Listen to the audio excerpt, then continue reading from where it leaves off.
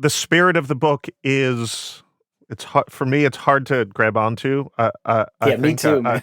lots of feelings, lots of things that made me feel. Yeah. But what would you say was the inherent spirit that you were able to transfer over to the film? Oh, I think I would kill it if I tried to put it into like a sentence or two here. The life of man, something. Exactly. Yeah, exactly. I'm Gilbert Cruz. This is the book review from the New York Times, and it's Oscar season. I love the Oscars. I've loved them my entire life. This year, I've already seen 8 of the 10 Best Picture nominees. On our last episode, I had the chance to speak with Guillermo del Toro about his adaptation of Mary Shelley's Frankenstein. And today we have another Oscar nominee on the show, Clint Bentley.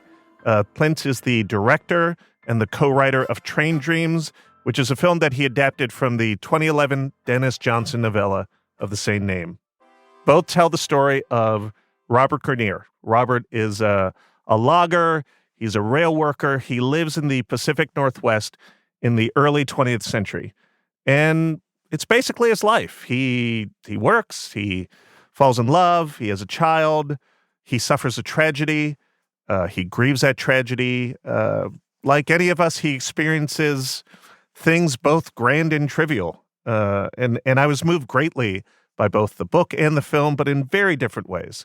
And the film, for its part, is nominated for 4 Oscars, including the big one, Best Picture, and Best Adapted Screenplay. Oh, fun. So when I talked with Clint, we went right to the source. Yes. So let's start by talking about the man. Let's talk about Denis Johnson. When the New York Times polled 500 authors and other literary figures to figure out what the great books of this century so far on, 2 of those 100 books were by Denis Johnson. Tree of Smoke, which is this large, sprawling 700-page book set during the Vietnam War. And then all the way on the other end of the spectrum, you have Train Dreams, which is this short but extremely powerful book about this man's life, Robert Grainier. When did you first encounter Denis Johnson? I first encountered his writing actually through Train Dreams the year that it came out. I knew him by name, but I had never read anything. And then Train Dreams came out right around the time or right after I got out of college. And I was bumming around, and Train Dreams was one of the books to read that year. And it was a very good size to slip in a backpack. Mm-hmm. And so I picked it up somewhere on the road and just fell in love with the book. What was it in that book that connected you to it? I don't know. There was just something about the story of this little life and how Denis rendered it in such a way that you felt the epicness and you felt the vastness of this small little life. Mm-hmm. And it reminded me of so many of the people that I had grown up with and been raised by. I was raised in a ranching family in Florida and very working class. And Grainier and all the people in this book just reminded me of the people I'd been raised around. The book just kind of lived inside me. And I would find myself over the years, different scenes would pop up to the surface without really knowing why. At that point in your life, you're a young man, you read this book for the first time. Were you a writer? Oh yeah, I was making short films with my friends, but just for fun, and didn't think of myself as somebody who would become a filmmaker. I thought I would be a novelist and tried very hard to be one, and have a couple of carcasses of novels on my computer that never saw the light of day, and a ton of rejection letters from that time from every literary magazine in the country. What were you writing about? I was making all the mistakes that a young writer makes of writing about everything from incredibly autobiographical things from my childhood or from some random party that happened, all the way to, some sort of I'm embarrassed to say it, but historical fiction. But it was good training in terms of just learning how to write. Do you recall any particular moment from the book Train Dreams on that first reading that really stuck with you the entire time? Yeah, one was the way that he talks about their first date and their first kiss, where Grainier ends up proposing to Gladys. Mm-hmm. That would just always bubble up in my mind for some reason. There was just such a beauty to it. there's like a phrase that he used in there of like the nodding of the buttercups that just was so heartbreaking. And then there's another one that like always stuck with me as being so strange yet very, very emotional. And it was the one that like when I came back around and read it again, thinking about like making it into a movie, it's one of the scenes that I was like, I have to make this just to put this scene in there. And it was also my co-writer, Greg, when he read it, he was like, oh, you need to do this. This reminds me of you. It's the one where the kid, Grainier is a 15-year-old kid, comes across this man dying in the woods and gives him a drink of water from his own boot. Those are the scenes that, I don't know, just got a hold of me. You just mentioned your collaborator, Greg Kwedar. Train Dreams is the fourth film that you've worked on. You've co-written all four with him. You've directed two of them. How did you get the opportunity to make this one in particular, having read it, 12 years ago, 13 years ago? Yeah, this one came in a way that I didn't think a film project would come to me. I directed a film called Jockey that Greg and I had written together and Greg produced. And that went to Sundance. And a few of our producers on the film had the rights to Train Dreams for several years and had been trying to find a filmmaker to make it. And they saw Jockey at Sundance and I think just really saw some like kinship of spirit or some kind of artistic kinship there and reached out. And at first I was just so excited at the prospect. And then going back and reading the book again, I was like, oh, maybe this thing is unadaptable. And I was very nervous about it. I went back and forth on it for a while, knowing that I loved it, but not wanting to do a bad job of it, not wanting to let the book down or Denis, even though he was passed on at the time. Mm-hmm. And so it took me a minute to really like jump into it, and a lot of friends talking me off ledges along the way. What at the time did you think was unadaptable? Like what was giving you pause? Well, it's just, I think going back to the construction of the novella itself, it's only 116 or 117 pages. And yet it is this entire life, an entire time in the world. And that is a red flag for a movie, because when you're trying to cover that much time, a movie can start to feel like a Wikipedia entry, just a bunch of like, and then this happened and that happened. And then on top of that, the book has this really evocative style to it where it's very stream of consciousness, and it just like slips all over the place, And in one sentence, he's a child, and then the next scene, he's dying, and then it comes back and he's seeing Elvis on a train, and it all works so well. But I felt if there were a situation where we needed to pin that down to more of a traditional 3-act structure with an inciting incident and blah, blah, blah, you kill the magic of the book. And I really didn't want to do that. So you get over your concerns, your trepidation. You decide to adapt this book. Walk me through. I just ignore them. Yeah. Hey, I do it all the time. Walk me through how you start. Are you rereading and rereading? Luckily, this is a fairly short book. Are you ripping out pages, underlining scenes? Like, how do you start to sort of break this story, for lack of a better phrase, into one that you can translate to screen? Yeah, I found pretty quickly that I did have like a sense of what the structure could be, and that being basically what it turned into, which is like the first half of the film, kind of watching him go back and forth between trying to reconcile being away for work and coming back home and trying to spend time with the family. And then the fire would come in the middle of the film and just break the narrative in half. And then the last part of the film would be more of a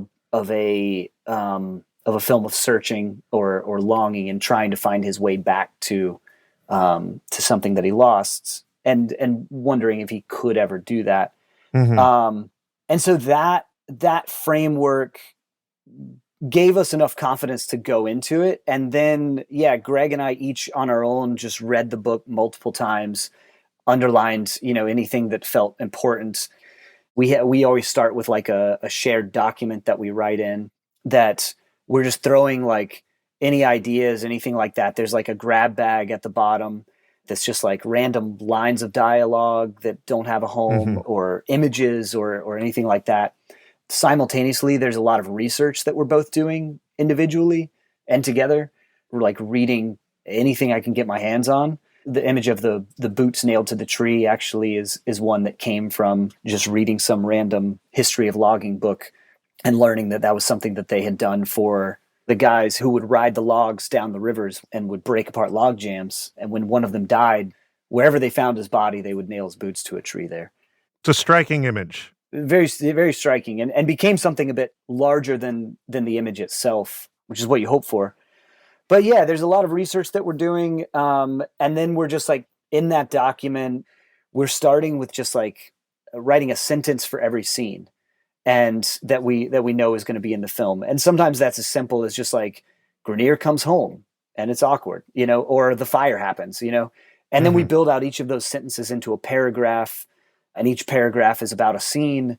Then we start taking passes at scenes and then passing those scenes back and forth to just try and refine them along the way until we have a what we always hope is a better first draft than it is, but a terrible first draft. And then you can start refining a script from there.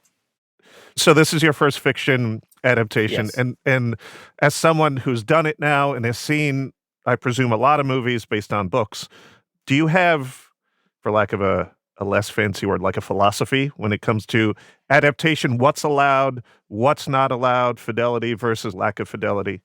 I do, and it's funny. It is one that I went into the process with, and so whether it was confirmed or whether I just didn't look at any other evidence, I don't know. But I felt like whenever a book is adapted into film, the film really has to become its own thing, and the filmmaker / screenwriter has to allow themselves to be free of the source material in terms of what happens, while being completely true to the spirit of that book. There are exceptions to that. Like No Country for Old Men is an adaptation that like that book kind of already feels like a movie and was written as a screenplay or stage play before that. But that was the thing I felt very strongly, and I still do with this one, that like we had to be completely true to the spirit of the book and the spirit of the character. And you can't all of a sudden make Grainier this like striving guy who wants to like create a railroad empire or something like that. Then you're what's the point of making this book? But at the same time, you have to free yourself from the book itself in order to let the film become its own piece of work. So you talked about a couple of scenes that stuck with you when you first read it. What else did you want to, spirit aside, what else did you want to sort of transfer over in terms of tone, character moments, in terms of images? Because it's always fascinating to me to read a book, watch a movie, whatever order it's in, to sort of say, oh, this, I remember this from the book, but it feels different, or it looks different, but it's still there. What were you most excited about taking from one form and moving over? The biggest thing was more a feeling, like the strangeness, the inherent strangeness of the world that I think we, living in like modern society in a city or in the suburbs or wherever, life feels very safe and feels very predictable. And you get outside of that and you're reminded very quickly that it is not the case. That was one thing I wanted to get across, is like how strange and wonderful and kind of magical the world itself is without embellishing anything. And that's not always in like a sweet, cute way. Sometimes that's in a very dangerous and dark way. And then the other thing is like this aspect of time and just the way that you can have a year that just drags by and you're like, this is never going to end. And then sometimes you look up and you're like, where did the last 5 years go?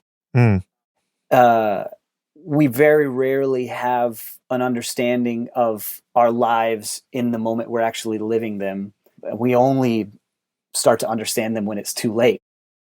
And so there's a lot of that. And I felt like there was something very special about Robert Grainier in terms of taking this person who's just an average everyday person who is just trying to lead a decent life and trying to make some money for his family and build a little life for himself and his family, that I feel like is very special and is very like epic without needing to be turned into something that it's not,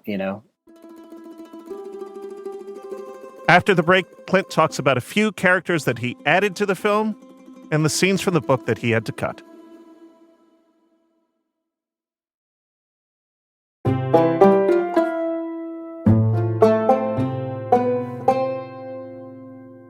some people think, you sort of referenced this before, but like a short story, a novella maybe is more optimal for adaptation because you just have less to adapt. But of course, here you're telling the story of a person.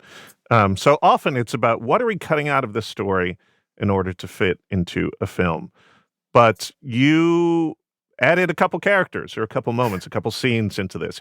You added Apostle Frank, the very talkative logger played by Paul Schneider. You added the Forest Service employee played by Carrie Condon.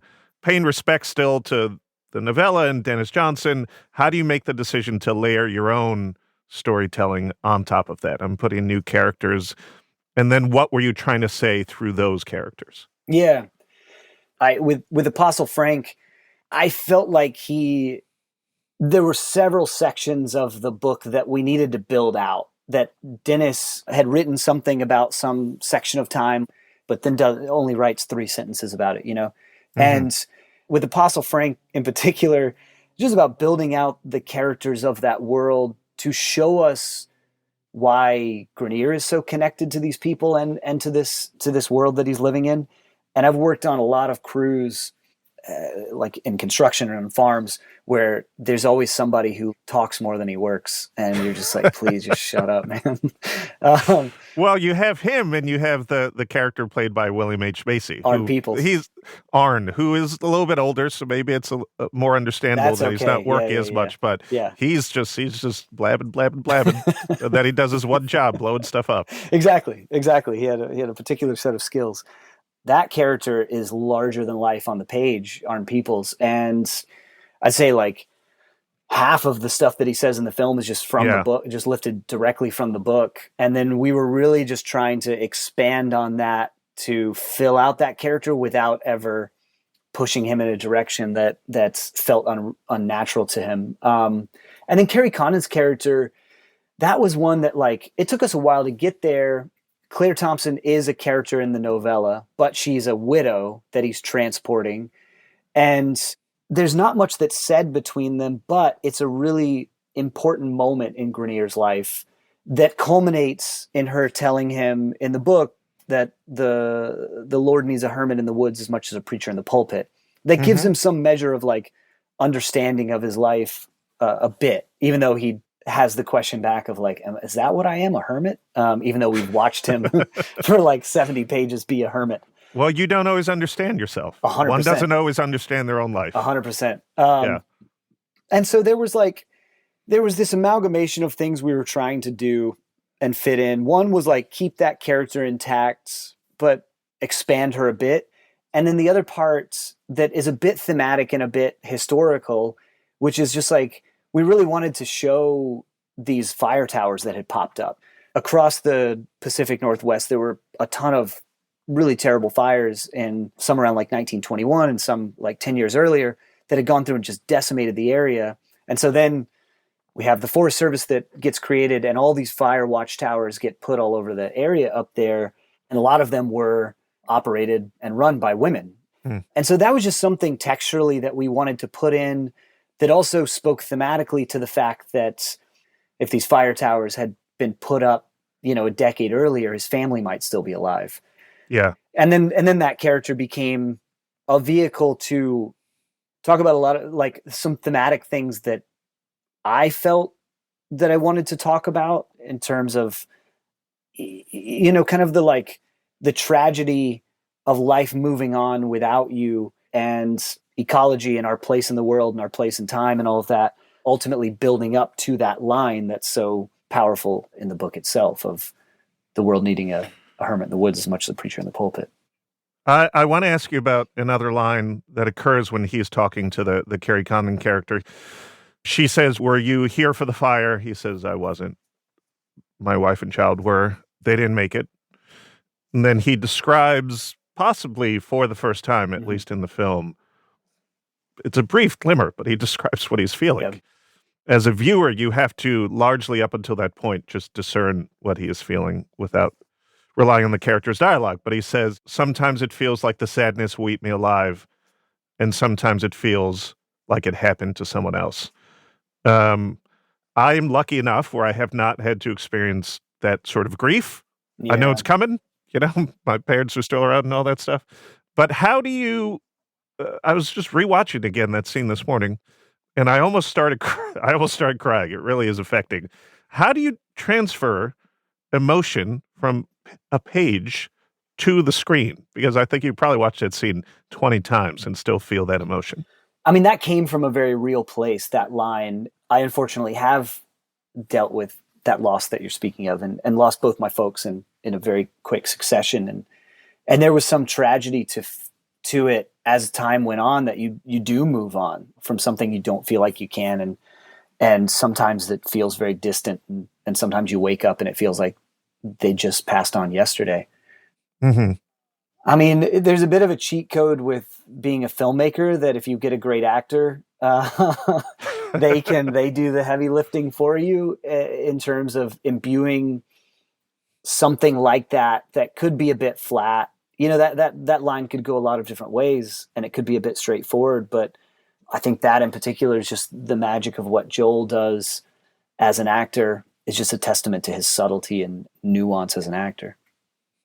Is that a scene? Is that a moment that you, to your recollection, you had to do a couple times? I know you're filming it outside, so you're trying to make sure you do it while the light is good. But what was your recollection of filming that moment?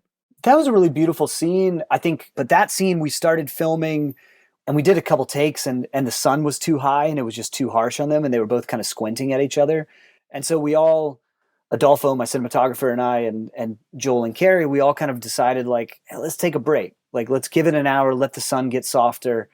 And so we just stepped away and, like, took a moment, had some tea. And then when we got back into it, that scene came together very quickly. And that scene is kind of how our editor, Parker Laramie, first cut it together on the assembly cut. It's largely intact. Yeah.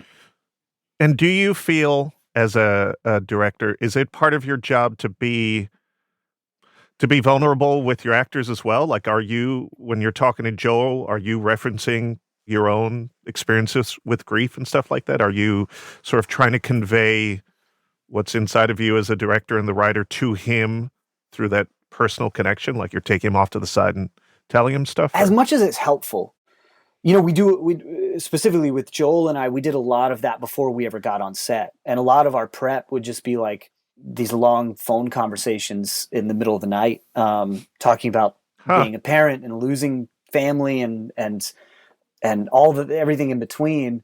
You know, I think, like, it's such a strange thing where you have to, as a director, I want to be as open with them as possible at all times without making it about me. You know what I mean? So it's about, so that they can ground themselves in their character and what that character is going through emotionally, versus thinking about, like, well, what was Clint thinking at the, like, when he buried his mother.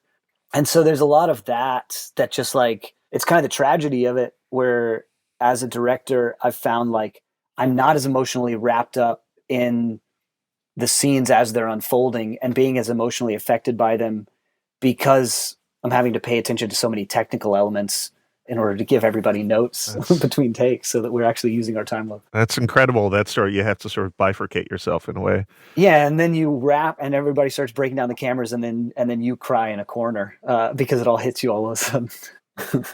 I I want to ask you about Will Patton. Oh yeah, the audiobook for Train Dreams came out, 15 or so years ago. Will Patton narrated that. He is the narrator of your film.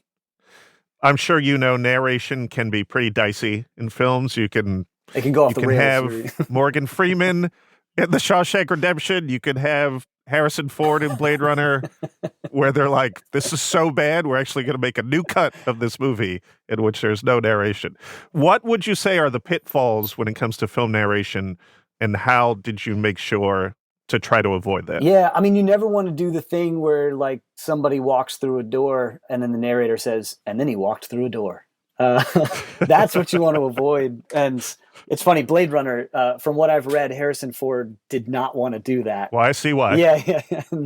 And so that's part of his performance, is just like, I got to get through this. But I love the idea of a narrator as a storyteller. And in this particular sense, a narrator, like if you had found yourself in some like little bar in a logging town, and you were there late at night, and this guy comes up to you who's had too many beers and is like, "Hey, let me tell you about this guy, Robert Grainier," and somebody really like tells you a story. Mm-hmm. And I always love the narrators from like Jules and Jim and Itu Mama Tambien who kind of take asides and tell you things that don't have anything to do with the plot, but have everything to do with the story. And then the other side of it was just like one of the integral pieces of why that book works so well is Denis Johnson's voice, his narrative voice. And so I really felt strongly that was something that we had to pull into the movie itself. Your movie has been very well received. The only criticisms I've seen have to do with a change in tone, which is like smoothing a couple things out, making Grainier a little slightly less unlikable. There's the character that you talk about the first time you read, the guy played by Clifton Collins in the film. In the book, not a nice guy, as you come to learn. No. You know, he's sort of sexually abused a family member. Do you see that those things are something that you changed on purpose because you wanted to achieve a kind of different feel in your movie? The idea that Robert Grainier is someone who maybe was a little too enthusiastic about throwing his Chinese colleague off a rail bridge, and the idea that the Clifton Collins character is someone who is not just suffering in the woods, but also is a bad person. Oh, yeah. What were you like, I don't think I need this? I mean, it's funny with Clifton's character, there's a whole 10-minute or 8-minute version of that scene. Really? We filmed the whole thing, and it just like... It's like 90 seconds it's of the very, film. It's if that. Yeah, it's very short, which I felt terrible about because, again, there's something about that scene. And what I think Denis did in his writing in general was to try and look at some people who had done incredibly depraved things and things that are in no world okay, and try and find some little glimmer of humanity in them and try and find what's human about them so that we all maybe look at each other that way, right? That's my take as a reader of his work. And I think that scene with Clifton is an example of that from my perspective. But the thing is, like, it just didn't work in the movie. Like, nowhere we put it, even just structurally, like there was nowhere we put it where it worked without feeling like it was suddenly coming from a different movie. Yeah. And so yet it was an image and something that was like so potent that I felt like we couldn't lose it. And so just what remains is him giving this guy a drink of water from his boot. And then, you know, the narration says that he didn't like to think about that moment from his life to, you know, it's not going to mean anything to anybody who hasn't read the book, but hopefully to pay homage to that. The other thing with like, I mean, Grainier in the movie does help. He helps for a moment. He gets swept up in this violence of helping carry this guy up towards the bridge. Yeah, grabs his legs to help take him up, gets kicked off. That scene is not as built out as it is in the book, partly just because of, again, a different medium. And I've read the criticism. I don't really have any response to it other than like, there's things I think that like, again, my viewpoints on this might evolve as I evolve as an artist. But I think there are things that can work and that you can do in literature.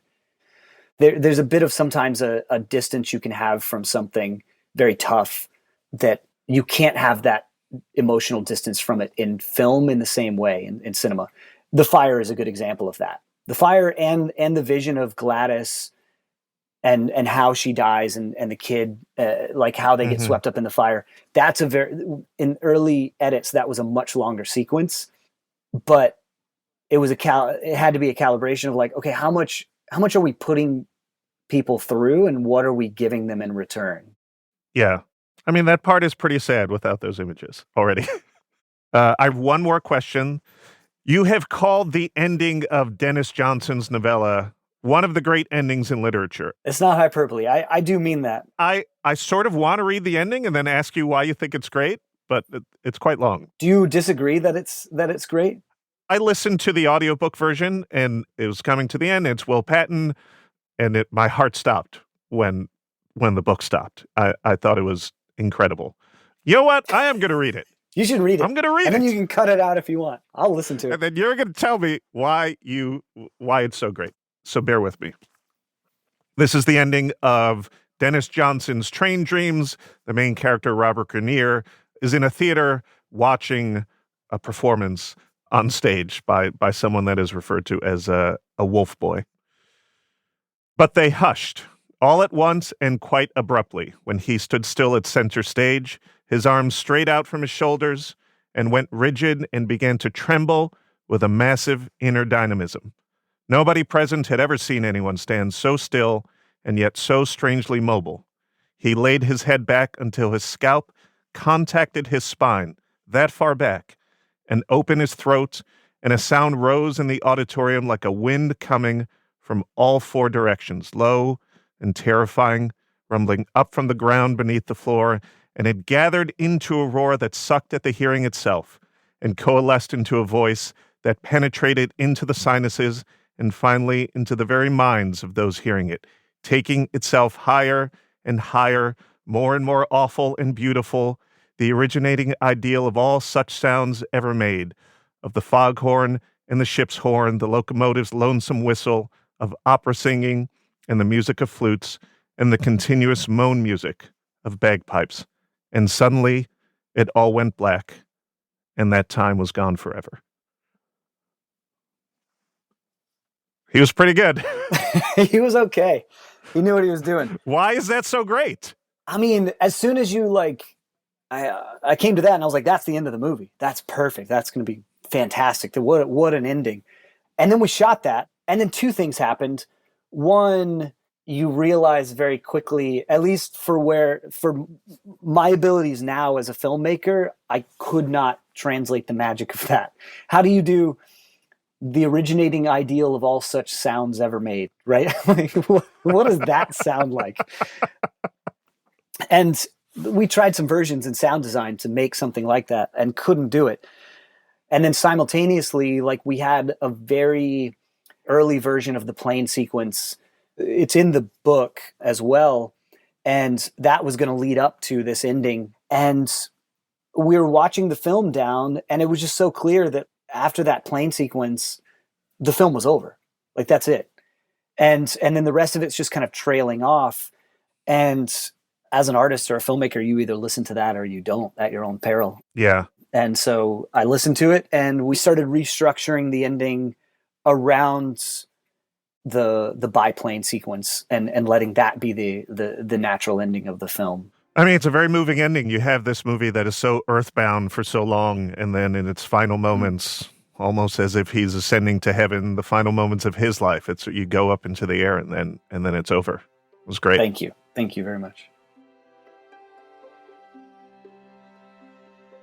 Coming up, Clint has a few recommendations about what you should read next.